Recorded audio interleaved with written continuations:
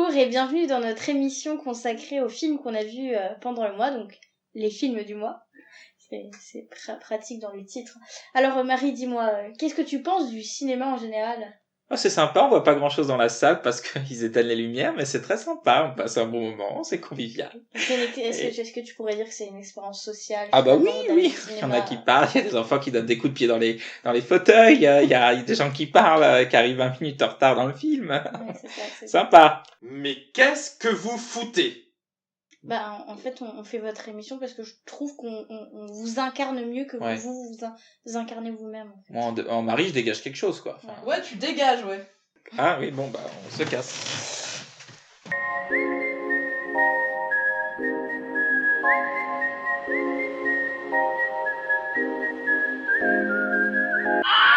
Donc bonjour, donc on est reparti pour parler des films que nous avons vus au mois d'octobre. Alors on a changé un petit peu le format, vous allez voir, on tente des choses. Pour essayer de faire des vidéos moins longues, nous allons parler de 5 films qui sont très intéressants selon nous. Qu'on a retenu dans le mois. Voilà. Et puis à la fin, nous allons parler très rapidement des autres films du mois, ceux dont on a moins de choses à dire. Voilà. Ils ont vu Joker de Todd Phillips. Est-ce qu'il est nécessaire de présenter ce film ? On en parle partout, tout le temps. C'est une relecture des origin story du célèbre méchant préféré de l'univers Batman par le réalisateur de la trilogie Very Bad Trip. C'est tout ce que vous devez savoir. Je sais pas si on a grand chose de plus à raconter sur ce film. Tu en as pensé quoi, Marie ? Bah, c'est compliqué de parler de ce film en fait parce qu'il y a eu un tel engouement pour le film, en même temps une telle récupération, notamment dans des mouvements sociaux et tout, que j'ai l'impression que le film est devenu plus qu'un film, c'est devenu un vrai phénomène social en fait. Du coup, entre ceux qui disent que c'est un brûlot d'extrême gauche et ceux qui disent que c'est un brûlot d'extrême droite, tu sais pas trop te positionner alors qu'en fait c'est ni l'un ni l'autre. Bah, c'est un film sur le Joker, en fait. C'est juste les origin story d'un méchant de comique. Bien fait, très bien fait, mais il y a peut-être un petit peu exagération. Moi déjà, ce que j'aime bien dans ce film, c'est que pour moi Warner s'était complètement perdu avec tout ce qui est DC Universe en fait, en essayant de faire comme Marvel justement. Et pour moi là ils sont repartis dans ce film aller dans la bonne direction, c'est-à-dire que faire vraiment laisser la vision d'un auteur s'imposer et pas essayer de faire forcément un univers partagé ou de faire du divertissement machin. Là ils ont dit non, on va faire un film sombre sur un méchant, on va aller jusqu'au bout, on va avoir une vision radicale peut-être, mais on va le faire et le résultat marche super bien. L'interprétation de Joaquin Phoenix elle est extraordinaire, la réal est magnifique.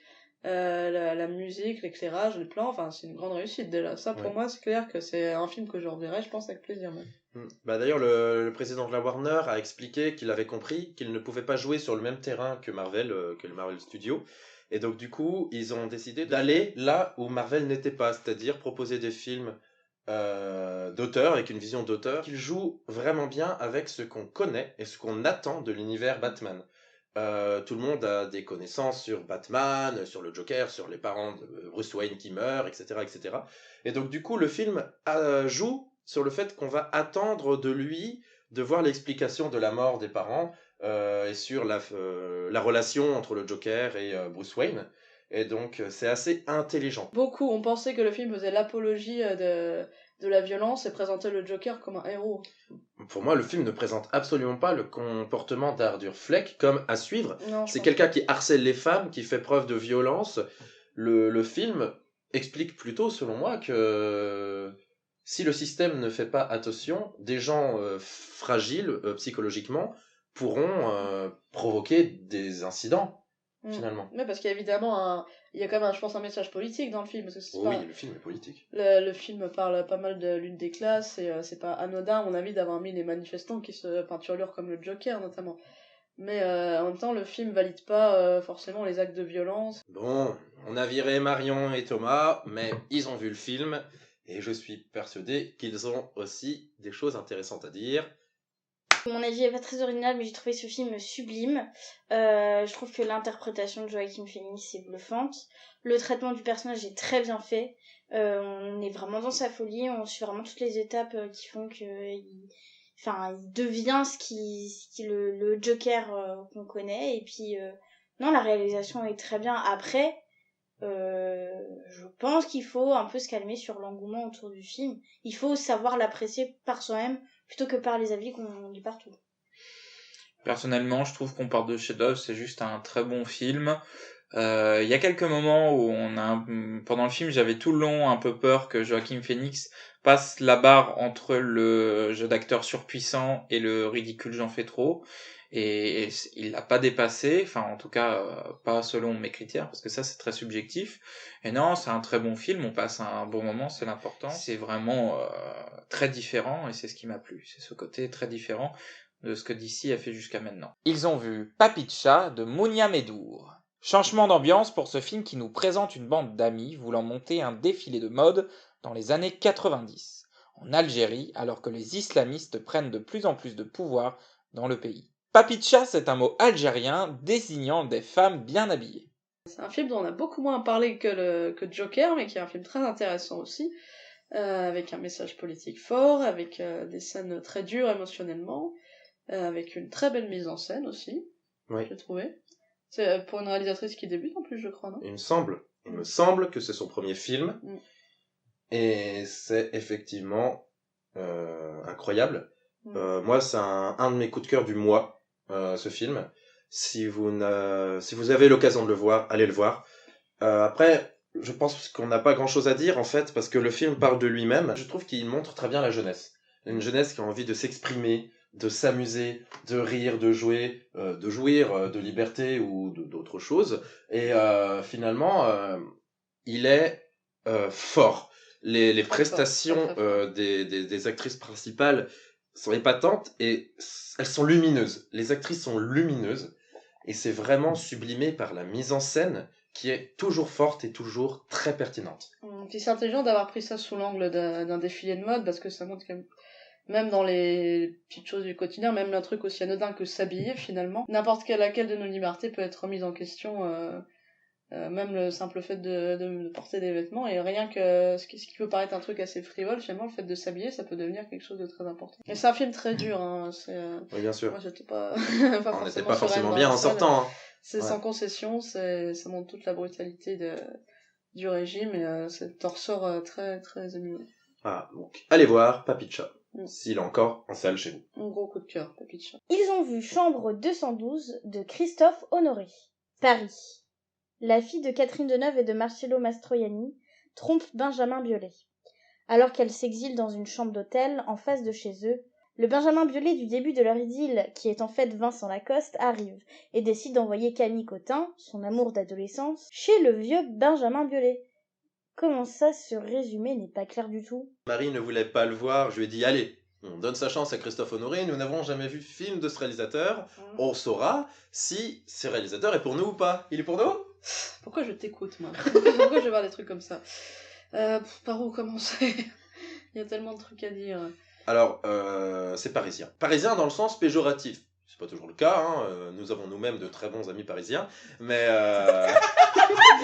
Je trouve que le principe du film en lui-même m'attire assez. Enfin, je trouve que le concept est sympa. Le concept aurait pu donner un bon film. Ça aurait pu donner un bon film. Si ça avait été bien écrit.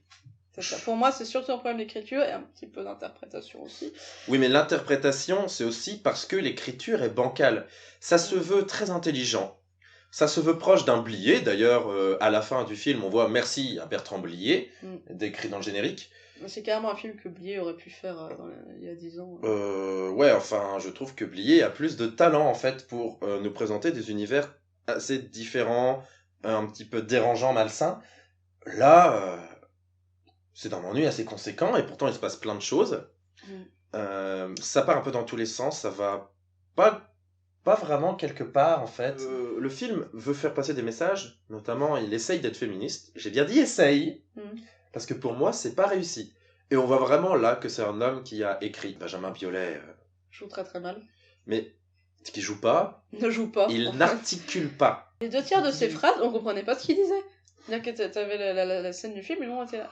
Qu'est-ce qu'il a dit ? Le film n'a pas que des défauts. Je trouve que la mise en scène, c'est le gros point fort du film. Vraiment magnifique. Et encore, il y a des trucs. Il y a des très belles scènes, il y a des belles idées, puis il y a des trucs plus discutables. Bah, moi, j'ai trouvé ça beau, en fait. Il y a un côté carton-pâte, un côté maquette qui donne un côté irréel au film. Je pense que c'est voulu. Et la photographie, elle est aussi assez nostalgique, en fait, et ça fonctionne bien dans ce que le film essaye de nous raconter. Globalement, je pense que je suis d'accord, c'est surtout un problème d'écriture. Hein. En fait, les dialogues sonnent tous extrêmement faux, personne dirait ça dans la vraie vie. Je suis désolée quand t'as Camille Cotin, qui est au demeurant une actrice que j'adore, Excellente. qui te balance dis-moi, c'est quoi pour toi les vertus cardinales d'une relation conjugale réussie? Bah, moi j'y crois pas, désolé, ça ne fonctionne pas. Chiara Mastroianni qui a eu un prix d'interprétation à Cannes pour ça. Après, elle est pas catastrophique non plus, mais je comprends. Un prix d'interprétation pour ce rôle-là, j'avoue que je comprends pas trop. Le film est pas très long, il dure qu'une heure et demie, je crois, et la fin du film est interminable. Je trouve que je me dis, putain, mais termine ton film, quoi. Il y a un message conclusif qui est vraiment très bon. Et après, il y a environ 5-10 minutes de film. Rien. De rien, Non, mais de rien. qui contredit le message et qui te fait dire qu'en fait, non. Ils ont vu Mathias et Maxime de Xavier Dolan. Xavier Dolan revient au Québec avec un film intime, très intime. Ce film s'intéresse à une bande d'amis, et plus particulièrement 2 d'entre eux qui tout opposent, qui sont fusionnels. Un simple baiser remettra en cause tout l'équilibre de la petite bande. C'est le deuxième film de Dolan cette année, puisqu'il nous avait déjà sorti plus tôt cette année Ma vie avec John Donovan. Voilà, Ma vie avec John Donovan, qui était son premier film américain. Semi-échec critique et public. Hein, Ouais, pour, critique mitigée, ouais. Donc là, il revient avec un film québécois, avec son équipe, ses potes, son Anne Dorval. C'est un film de potes, hein, clairement. Moi, j'ai beaucoup aimé le film. Cette histoire d'amis qui, à cause d'un baiser, justement, vont remettre un peu en question leur relation, se demander est-ce qu'il y a plus, est-ce qu'on est des potes, est-ce qu'en fait on est attirés l'un par l'autre, machin. Enfin, c'est tout con, mais c'est le genre de truc dans lequel on peut se retrouver. C'est une bande de potes auxquels on peut tous s'identifier. Je trouve que dans ce sens-là, ça marche bien. Enfin, c'est un film qui est authentique, en fait. Pourquoi tu n'as pas aimé? Enfin, Je l'ai bien tu aimé. étais déçu? Je l'ai bien aimé. Je suis un peu déçu parce que j'aime énormément Dolan. Le film est intéressant. Je trouve que ses points forts, en fait, c'est effectivement le côté intime, le côté simple, le côté touchant. Dolan, il est très très doué pour nous faire des films assez touchants sans tomber dans le larmoyant et le pathos. Il s'arrête juste avant. Je sais pas, cette histoire m'a pas totalement passionné. Je suis pas tout à fait rentré dedans parce que un des 2 personnages est très antipathique. Je crois qu'il a été écrit pour l'être, mais du coup, j'ai pas réussi à m'attacher à l'histoire en fait. Puis je trouve que l'histoire est pas terminée. La conclusion, je trouve que Je suis d'accord, la conclusion est abrupte. elle est abrupte et il y a des choses qui restent en suspens, notamment ce qui tourne autour d'une maman. Je ne dirai pas laquelle et je ne dirai pas quoi. Je trouve que l'histoire n'a absolument aucune conclusion et du coup, je suis resté un petit peu dans mon siège en me disant ah bon. Au niveau de la mise en scène, c'est du Dolan pur jus, enfin c'est très stylisé. Il y a les musiques habituelles de Dolan, des chansons pop que personne d'autre pensera mettre dans son film, mais il te les met et ça marche vachement bien. Oui. Genre quand il chante dans la voiture à un moment donné. La mise en scène est effectivement magnifique. Xavier Dolan, c'est quelqu'un qui ne se repose jamais sur ses acquis et qui va toujours chercher des nouvelles façons de raconter ses histoires. C'est très très inventif, c'est très beau. Une scène de baiser est vraiment magnifiée et c'est très bien écrit, c'est sûr, il n'y a pas de problème. C'est pas un mauvais film, mais c'est peut-être un Dolan qui m'a moins convaincu. C'est pas dramatique, hein, j'ai quand même passé un bon moment. Ils ont vu également la fameuse invasion des ours en Sicile de Lorenzo Mattotti. 2 saltimbanques se réfugient dans une grotte pour échapper au froid. Ils rencontrent un vieil ours et ils lui racontent l'histoire de la fameuse invasion des ours en Sicile. Oh mon Dieu, mais tu n'avais pas ce livre avant, mais mon Dieu, la magie du montage! C'est incroyable! Est-ce que j'aurais acheté le livre tellement j'aimais le film? Mais c'est possible. Du coup, oui, bon, j'ai adoré le film, hein. C'était d'une beauté. Visuellement, c'est des tableaux qui bougent, c'est visuellement incroyable. Pendant 1h20, j'arrêtais pas de me dire ah mais c'est beau. Oui, je pense qu'il y a dû y avoir du cel-shading sur certaines scènes, notamment celui où il y a beaucoup de personnages, et sur d'autres ça a dû être plus de l'animation traditionnelle, mais... En tout cas, quoi qu'il en soit, le rendu est absolument magnifique. Son histoire, elle est peut-être simple, mais elle est très belle. Et c'est ça qui marche, je trouve, parce que il n'y a plus beaucoup de films pour enfants qui gardent ce côté justement très conte, finalement, avec la voix du narrateur qui t'embarque dans une atmosphère très, très particulière. Nous n'étions pas seuls à voir ce film, nous étions accompagnés de Thomas et Marion, Je pense qu'ils vont pouvoir ajouter quelques petits éléments à ce que nous venons de dire. Ce film, pour moi, c'est un véritable conte illustré, puisque de toute façon, il y a tous les codes d'un conte, puisqu'on a le narrateur qui va parler en faisant des rimes quand il conte son histoire, les constructions des décors, justement, où on est sur des paysages, vraiment des peintures avec cette profondeur, tel un peu un livre pop-up, au fait, au final.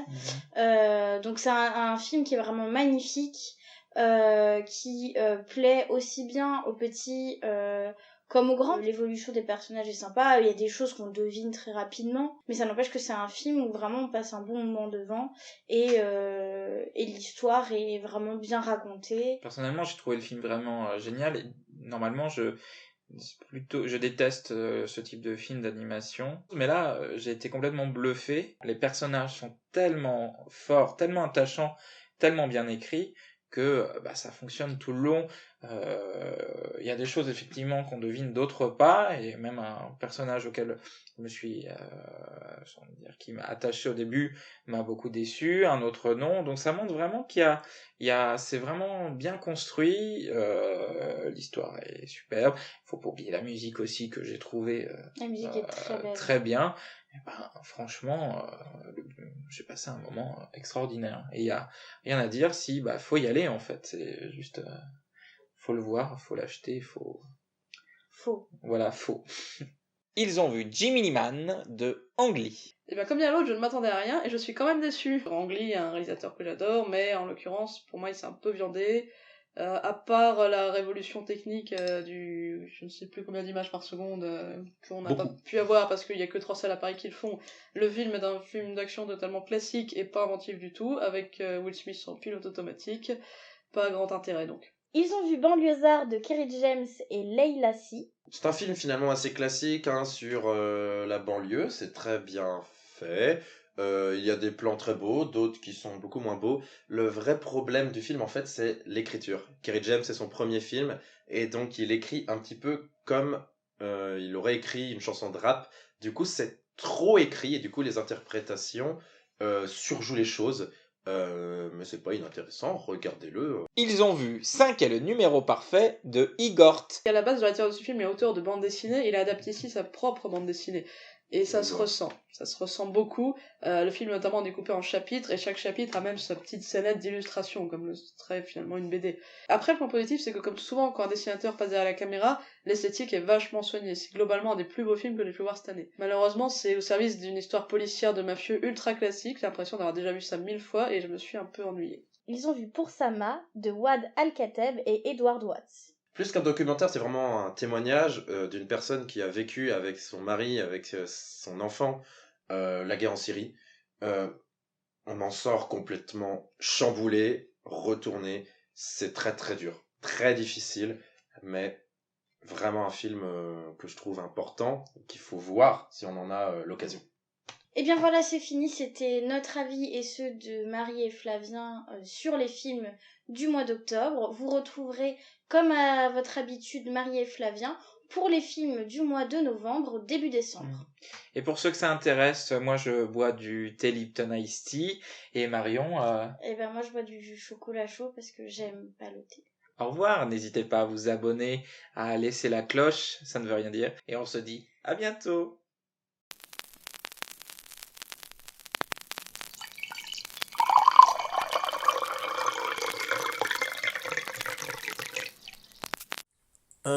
Pourquoi on est à l'envers? Où ça à l'envers? Parce que... Qui est à l'envers? Putain. Ça, c'est à l'envers.